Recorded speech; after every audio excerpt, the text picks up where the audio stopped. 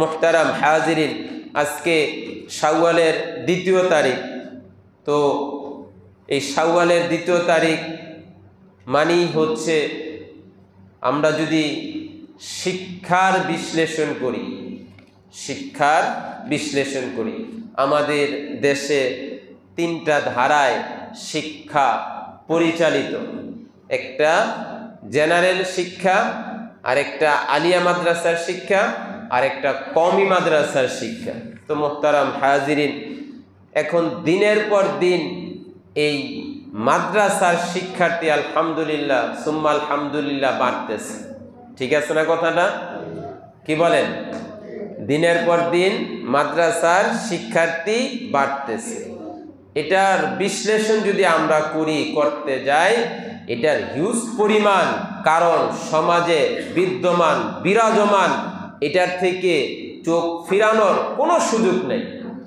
আজকে ধর্মীয় শিক্ষার প্রতি মুসলমান অভিভাবক ঝুঁকতেছে, বাড়তেছে, এবং রাষ্ট্রীয়ভাবে স্বীকৃত স্কুল কলেজ খালি হচ্ছে, মাদ্রাসার শিক্ষার্থী বাড়তেছে।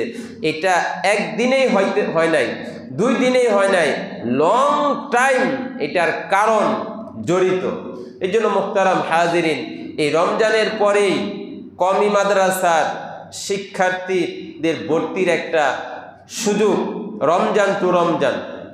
আর জেনারেল শিক্ষায় যারা শিক্ষিত পড়ালেখা, তাদেরটা December to December, January to January. আর কওমি মাদ্রাসার শিক্ষাটা হচ্ছে কোরআন ও হাদিসের শিক্ষার অন্যতম মৌলিক শিক্ষা গ্রহণ করার মাধ্যম। আলহামদুলিল্লাহ, নির্ভেজাল, শতভাগ কোরআন হাদিসের নির্ভেজাল শিক্ষা এই কওমি মাদ্রাসা আলহামদুলিল্লাহ দেওয়া হয়। আর এই শিক্ষার জন্য ভর্তির সময় রমজানের পরেই, যেটাকে আমরা বলি রমজান টু রমজান। মুহতারাম হাজিরিন, বর্তমান সময় আর যদি আমরা শিক্ষার বিশ্লেষণ করি, সেই আদিকাল থেকে শিক্ষার গুরুত্ব অপরিহার্য। শিক্ষার্থীদের দাম সমাজের প্রত্যেকটা সেক্টরে, শিক্ষার্থীদের মূল্যায়ন সমাজের প্রত্যেকটা ক্ষেত্রে বিরাজমান। কারণ এটা আমরা বুঝি যে বর্তমানে শিক্ষাহীন ছেলে মেয়েদের কোথাও কোনো কর্মের ক্ষেত্রে কি করে না, অ্যাকসেপ্ট করে না।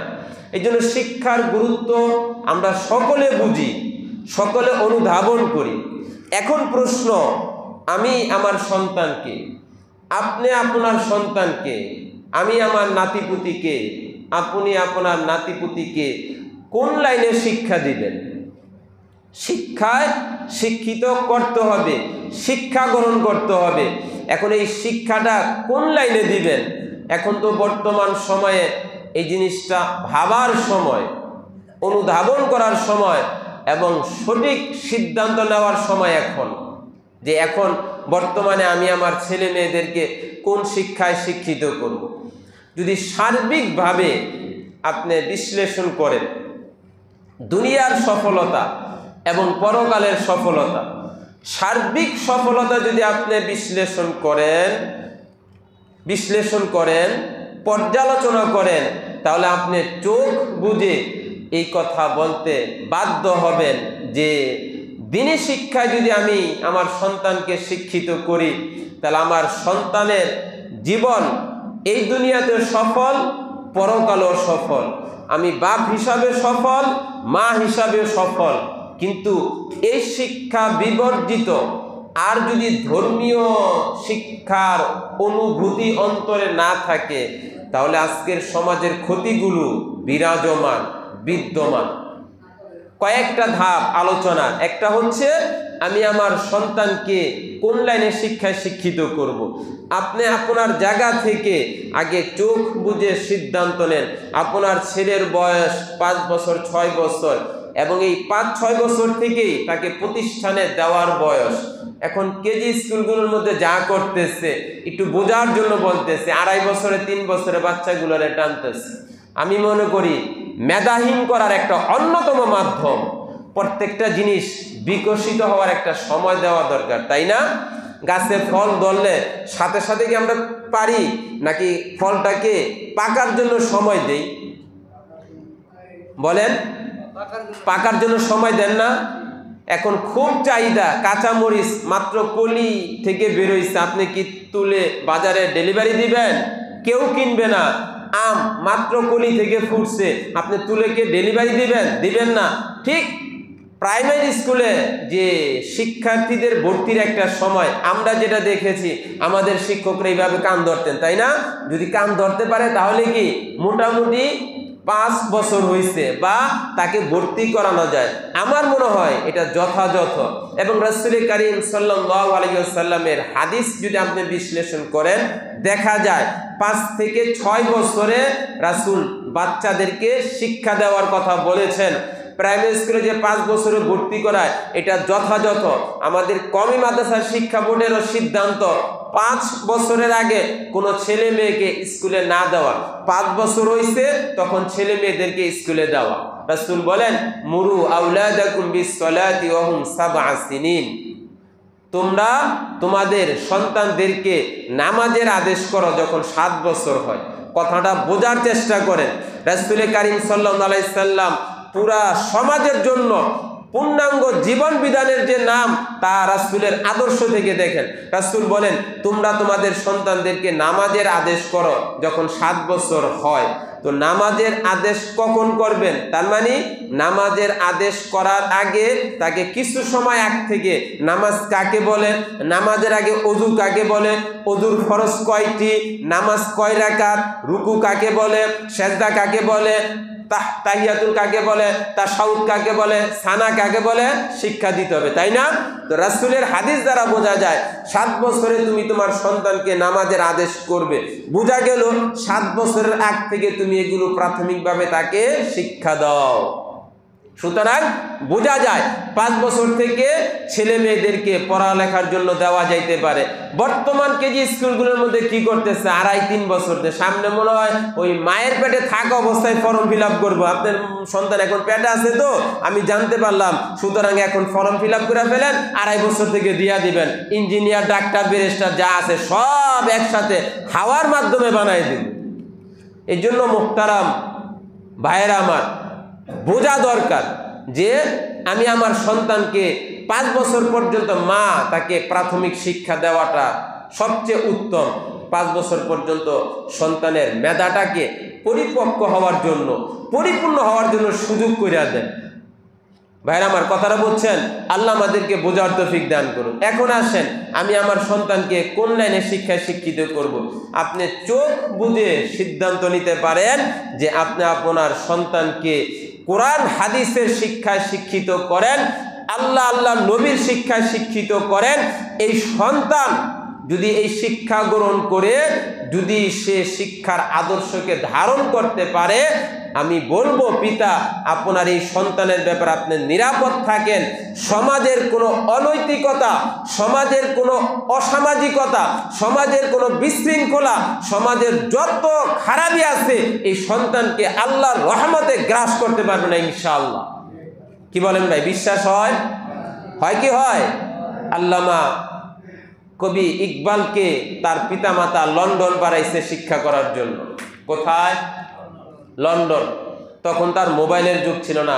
বাবা চলে আসছি লন্ডন। কি বলেন, এটা ছিল না সেই কদিন যুগের, পুরাতন যুগের চিঠি লেখার বিষয় ছিল।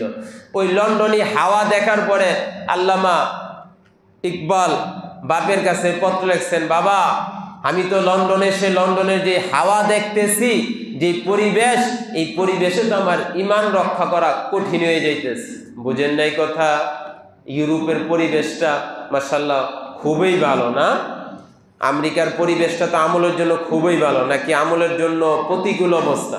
প্রতিকূল অবস্থা না? তো বাপের কাছে পত্র লিখছে যে বাবা লন্ডনে তো আমাকে শিক্ষার জন্য পাঠাইছেন, কিন্তু লন্ডনের যে হাওয়া পরিবেশ, আমি তো এখন ঈমান নিয়েই চলা কষ্টকর।